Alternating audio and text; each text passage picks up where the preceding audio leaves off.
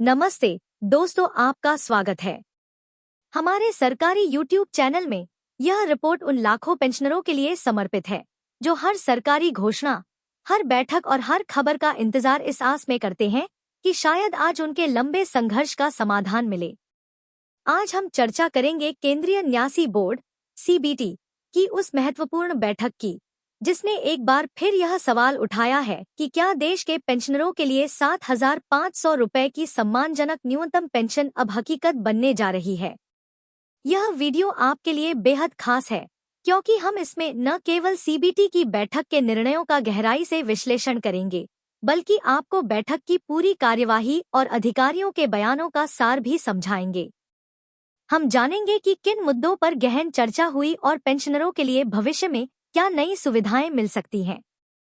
जैसा कि आप जानते हैं, यह चैनल पेंशनरों के हक के लिए लगातार आवाज उठा रहा है और इस मुहिम में आपका हर लाइक, शेयर और सब्सक्रिप्शन हमारी ताकत है। अगर आप इस मुहिम का हिस्सा बनना चाहते हैं तो कृपया चैनल को सब्सक्राइब करें और इस वीडियो को अंत तक देखें। CBT की ऐतिहासिक बैठक और प्रमुख घोषणाएं। सबसे पहले आइए उस खबर की गहराई में जाएं जिसने इस चर्चा को जन्म दिया। हाल ही में नई दिल्ली में केंद्रीय श्रम एवं रोजगार मंत्री डॉक्टर मनसुख मांडविया की अध्यक्षता में CBT EPF की एक महत्वपूर्ण बैठक हुई। इस बैठक में केंद्रीय राज्य मंत्री सुश्री शोभा करंजे, श्रम सचिव सुश्री सुमिता डावरा, केंद्रीय भविष्य निधि आयुक्त श्री रमेश कृष्णमूर्ति और कई नियोक्ता व कर्मचारी प्रतिनिधि मौजूद थे। इस बैठक में कई महत्वपूर्ण निर्णय लिए गए, लेकिन दो घोषणाएं विशेष रूप से चर्चा में हैं। EPF ब्याज दर में वृद्धि।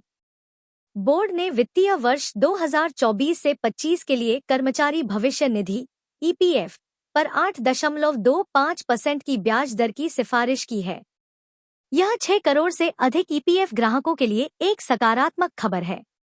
यह सिफारिश अब वित्त मंत्रालय को भेजी जाएगी और मंजूरी के बाद यह ब्याज दर ग्राहकों के खातों में लागू होगी। यह कदम दर्शाता है कि EPFO अपने सदस्यों को उनकी बचत पर सुरक्षित और प्रतिस्पर्धी रिटर्न देने के लिए प्रतिबद्ध है।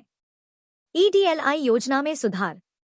कर्मचारी जमा लिंक्ड बीमा EDLI योजना 1976 में महत्वपूर्ण संशोधन को मंजूरी दी गई।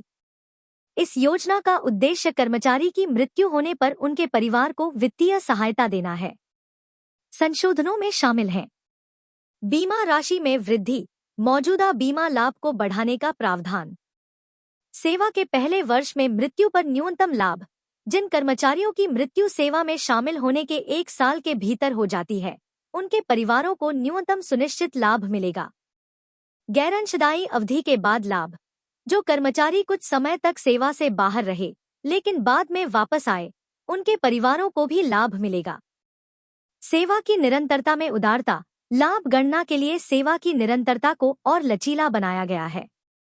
ये दोनों निर्णय स्वागत योग्य हैं और कर्मचारियों के वित्तीय व सामाजिक कल्याण के प्रति CBT की प्रतिबद्धता दर्शाते हैं।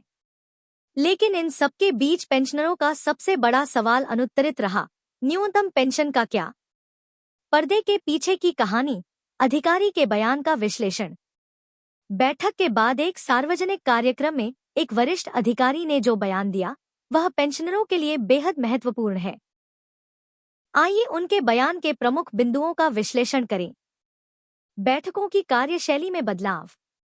अधिकारी ने बताया कि माननीय मंत्री के नेतृत्व में फैसला लिया गया कि CBT की बैठकें अब केवल 1 से 2 घंटे की औपचारिकता नहीं होंगी, बल्कि 2 दिन के चिंतन शिविर के रूप में होंगी। यह एक सकारात्मक बदलाव है जो दर्शाता है कि पेंशन वृद्धि जैसे जटिल मुद्दों पर अब गहन विचार विमर्श होगा। यह पेंशनरों के लिए उम्मीद की किरण है कि उनके मुद्दों को गंभीरता से लिया जा रहा है। पारदर्शिता का संकल्प। हर बैठक के बाद सार्वजनिक कार्यक्रम के जरिए निर्णयों की जानकारी साझा करने का फैसला लिया गया। यह पारदर्शिता सरकार और EPFO को जनता के प्रति जवाबदेह बनाती है। इससे पेंशनरों को सही जानकारी मिलेगी और अफवाहों से बचाव होगा। 72 लाख पेंशनरों पर गहन चर्चा। अधिकारी ने कहा, 72 लाख पेंशनरों के मुद्दे पर गहन विचार विमर्श हुआ। कई सुझाव आए, और कैसे आगे बढ़ा जाए, इस पर चर्चा हुई। यह बयान इस बात की पुष्टि करता है कि पेंशनरों की मांगें बोर्ड के एजेंडे में शीर्ष पर हैं। यह संकेत देता है कि न्यूनतम पेंशन बढ़ाने के विभिन्न पहलुओं, जैसे धन का स्रोत और लागू करने का तरीका, पर विचार चल रहा है। प्रक्रियात्मक सुधार। जीवन प्रमाण पत्र जमा करने की प्रक्रिया को सरल बनाने और बुजुर्ग पेंशनरों के लिए घर पर ही सत्यापन की सुविधा देने पर चर्चा हुई। ये कदम पेंशनरों के जीवन को आसान बनाएंगे, लेकिन न्यूनतम पेंशन की राशि बढ़ाने की मूल मांग का समाधान नहीं करते। सबसे बड़ा सवाल, 7,500 रुपए की पेंशन का क्या? अब सवाल यह है कि जब इतनी गहन चर्चा हुई, तो 7,500 रुपए की न्यूनतम पेंशन की घोषणा क्यों नहीं हुई? इसका जवाब जटिल है। पेंशन एक दीर्घकालिक वित्तीय देनदारी है और इसके लिए फंड की स्थिरता सुनिश्चित करना जरूरी है। बोर्ड शायद विभिन्न वित्तीय मॉडलों, जैसे चरणबद्ध वृद्धि या सरकारी सब्सिडी, पर विचार कर रहा है।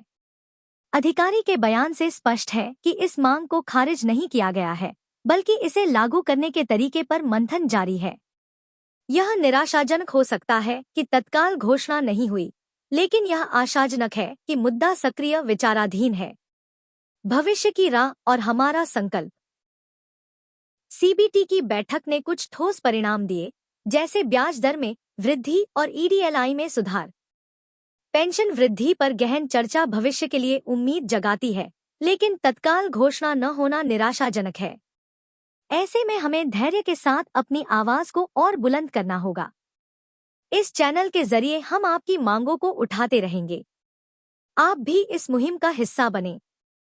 चैनल को सब्सक्राइब करें, वीडियो को लाइक और शेयर करें ताकि यह हर पेंशनर तक पहुंचे। अपने सुझाव हमें कमेंट्स या ईमेल के जरिए भेजें। हमारे व्हाट्सएप अभियान से जुड़े। अंत में, कोशिश करने वालों की कभी हार नहीं होती। हमारा यह सामूहिक प्रयास व्यर्थ नहीं जाएगा। सरकार को जल्द ही 72 लाख पेंशनरों की पीड़ा सुननी होगी। इस वीडियो को ध्यान से देखने के लिए धन्यवाद। अपने सवाल कमेंट्स में पूछें, हम जवाब देने का पूरा प्रयास करेंगे। सैफ करियर के साथ बने रहें और जल्द ही हम नई जानकारी के साथ फिर हाजिर होंगे। तब तक अपना ख्याल रखें।